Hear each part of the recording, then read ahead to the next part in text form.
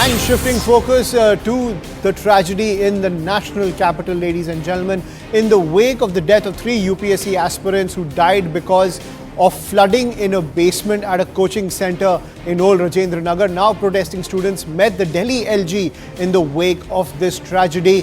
And the local police has also tried to pacify the protesting students, assuring them justice. Let's listen in.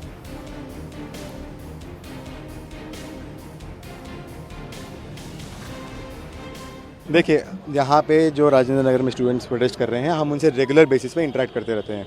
हमारे सारे officers भी रोज़ उनसे engage कर रहे हैं। जैसे मैंने बताया, हमारा कोशिश रहता है कि उनको एंगेज करें, पीसफुल रखें और उनके जो भावनाएं हैं उनको हम समझें, उनके इश्यूज़ को हम आगे बाकी एजेंसी, अगर हमारे से रिलेटेड नहीं है बाकी एजेंसी से है तो उन तक पहुँचाएँ।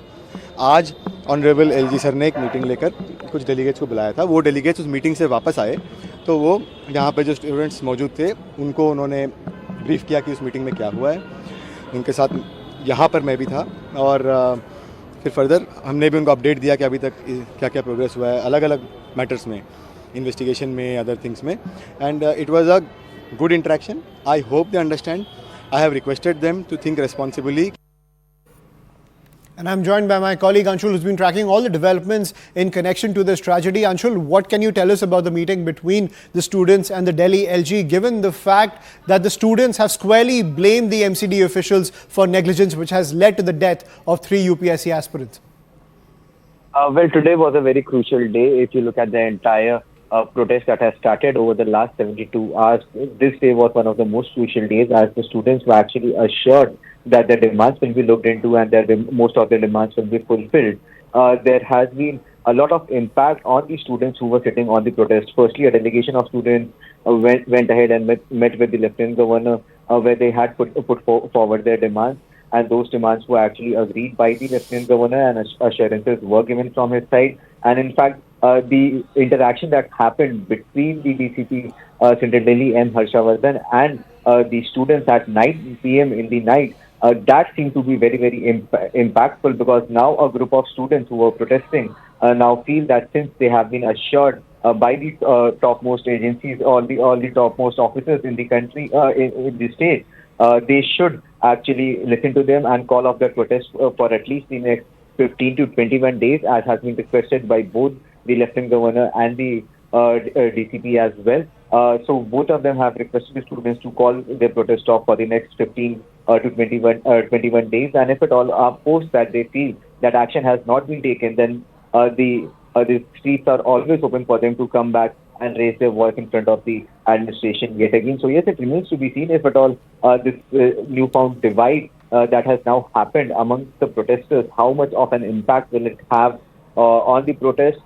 This evening itself, there were more than 500 to 700 students who had gathered over there to listen to the DCP. So yes, it remains to be seen from tomorrow, will that crowd be lesser, or will the population of the crowd increase and there will be more unity amongst the protesters? Right, Anshul, please stay with us, because another twist in this entire case is that an SUV driver who was driving past this coaching center, he has now been arrested in connection to the death of these three UPSC aspirants, ladies and gentlemen. Now, the wife of the SUV driver who has been arrested, reportedly for aggravating the flood situation at the coaching center when he drove past it, she spoke to my colleague Anshul, who's joining us on the broadcast as we speak, and she has said that the grounds for arrest are completely baseless. Let's listen in.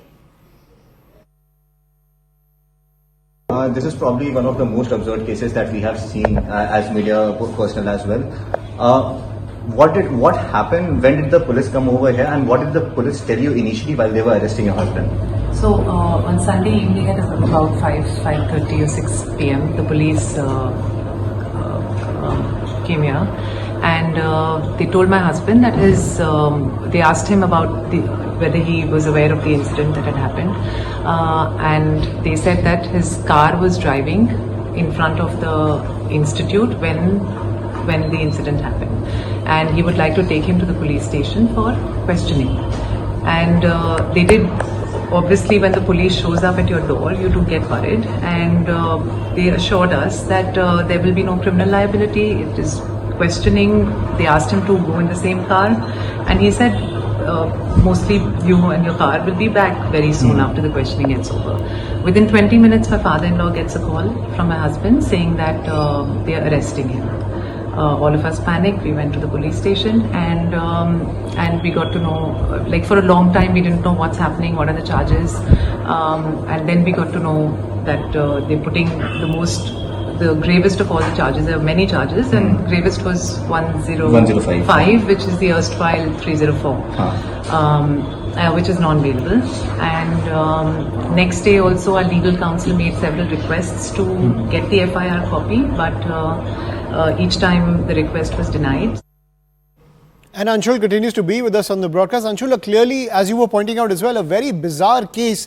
How can the driver of the SUV be accused of aggravating the situation? It's not as if this SUV led to 10 to 12 feet of flooding inside that basement. Well, definitely, this is one of the cases that has come to the fore where the accused at this point in time is seeming like a victim, because the driver of that SUV had actually gone to drop someone at the metro station, and while he was coming back, he was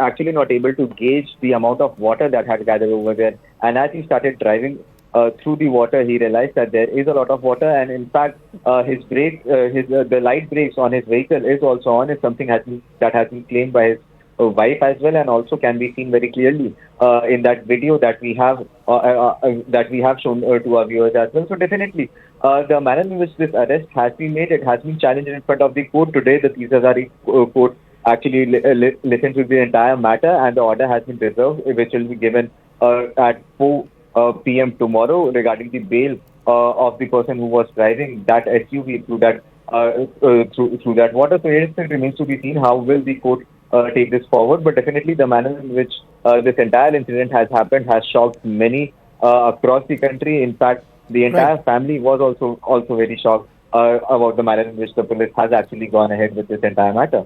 Right. Thank you, Anshul, for getting us the latest. The twists and turns will continue over this case in the wake of this tragedy that has hit the national capital. 3 UPSC aspirants died after flooding at a coaching center, and now the action has been taken against the owner, the coordinator, and even the man who was driving that SUV who passed by the coaching center. The police say he aggravated the situation, but we'll have to wait and see how the